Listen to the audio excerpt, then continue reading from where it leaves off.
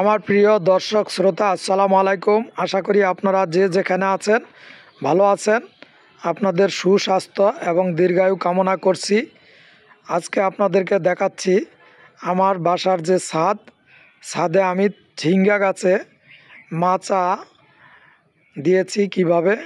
দেখুন, এই যে এরকমভাবে এই লোহার শিকের যে নেট, এগুলো দিয়ে মাচা দিয়েছি, দিয়ে এখানে তরই গাছ লাগিয়েছি।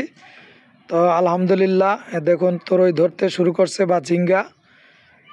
তো এগুলো আমি লাগিয়েছি প্রায় 1 মাস এরকম হয়ে গেছে, ফুল আসছে এবং আল্লাহর রহমত তরই বা ঝিঙ্গার যে ছোট ছোট ঝিঙ্গাগুলো ধরা শুরু করে দিয়েছে। তো এরকমভাবে আপনারা ছাদে চাইলে সুন্দর করে মাচা তৈরি করে নিতে পারেন, তাহলে 12 মাস বিভিন্ন রকমের শাক সবজি উৎপাদন করতে পারবেন।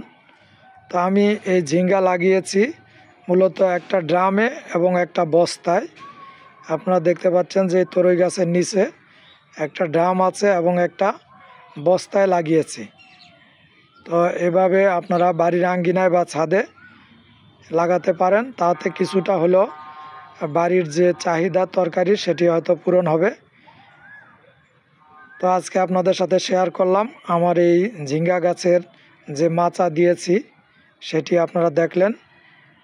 তো ভিডিওটি ভালো লাগলে লাইক করুন, কমেন্ট করুন, আর আমার চ্যানেলটি সাবস্ক্রাইব করুন বা ফলো দিয়ে সাথে থাকুন। আবার দেখা হবে অন্য কোনো ভিডিওতে। ততক্ষণ পর্যন্ত আপনাদের সুস্বাস্থ্য এবং দীর্ঘায়ু কামনা করে আজকে ভিডিওটি এখানে শেষ করছি। আল্লাহ হাফেজ, আসসালামু আলাইকুম।